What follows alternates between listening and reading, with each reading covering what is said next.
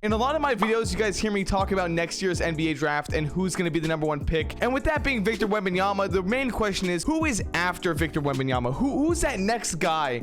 And that player is Scoot Henderson. If you don't know who Scoot Henderson is, he simply describes himself as a mix of Russell Westbrook and Damian Lillard. And if that doesn't just tell you that he's an amazing player, I don't know what does. And by the way, we're not talking about Lakers Russell Westbrook. We're talking about like OKC MVP Westbrook. I don't think anyone would compare themselves to the Lakers Westbrook.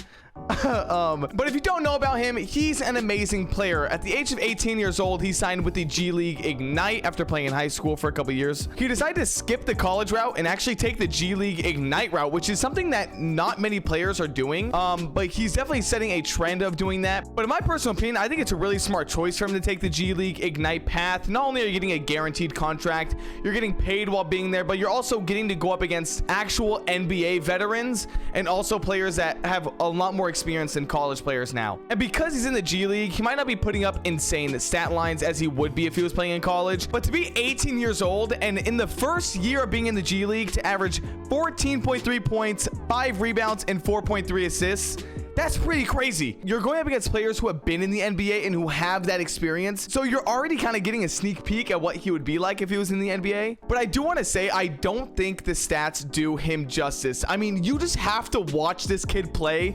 You have to look at his highlights to see how much of a generational talent we're looking at here. Obviously, after looking at his stats, the first players you kind of want to compare him to is like a Ja Morant or Derrick Rose. But I feel like that's almost every comparison an athletic player gets. Someone who can dunk like him, I feel like everyone gets that. He also shoots 21% from 3, which obviously isn't that good, but it's for sure something that he's going to be working on in this game, and can for sure get better at it. You have to just realize how young he is. Also, a quick little fun fact about Scoot Henderson. His name actually isn't Scoot or Scoota Henderson as he's mainly known as. It's actually Sterling. I thought that was pretty funny. Apparently, they gave him the nickname Scoot when he was really little, and he kind of stuck with that. I thought that was a pretty crazy fact. Anyways, back to the stats. The G League Ignite team last year only went 9-12 when it comes to wins and losses. So even though they didn't put up a crazy amount of wins, or they didn't go and win the G League finals or something crazy, it was still a very solid team. You have to see how much of an effect Scoota Henderson had on that team, because the plays that this guy was putting up is insane. Not only is Scoota Henderson's future really bright, but what he's doing right now for the G League and the G League Ignite team is actually insane. The prospect has already signed a shoe deal with Puma.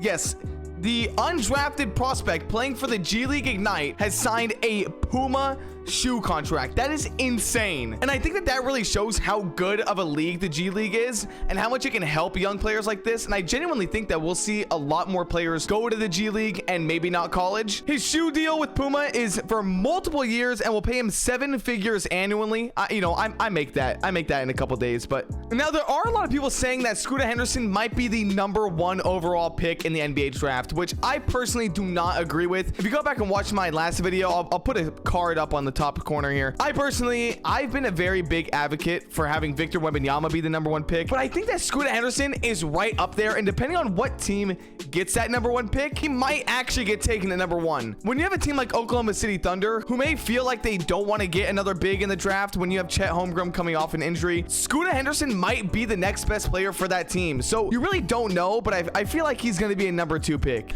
But if he does in fact become the #1 pick, he will actually be the first ever G League Ignite player, and I think actually he'll actually be the first G League player in the whole league to be the #1 pick in the NBA draft, which would be insane. And I think it would actually change the whole view of prospects and would change how NBA players join the NBA completely. Because when you see that, you can actually put a lot more trust into the G League and not look at it like just a washed up old player league. You can actually look at it as this is a good place for new players to join the game and new players to get recognized and drafted. I apologize if this video was a little bit short. I did want to get out and just say that Scoota Henderson is going to be one of the best players in the league in a couple years. So what do you guys think? Will Scoota Henderson be the #1 pick in the 2023 NBA draft, or will Victor Wembenyama take that spot? Be sure to like and subscribe. I upload every other day at 3 p.m. PST, and check out some of my other videos. Later.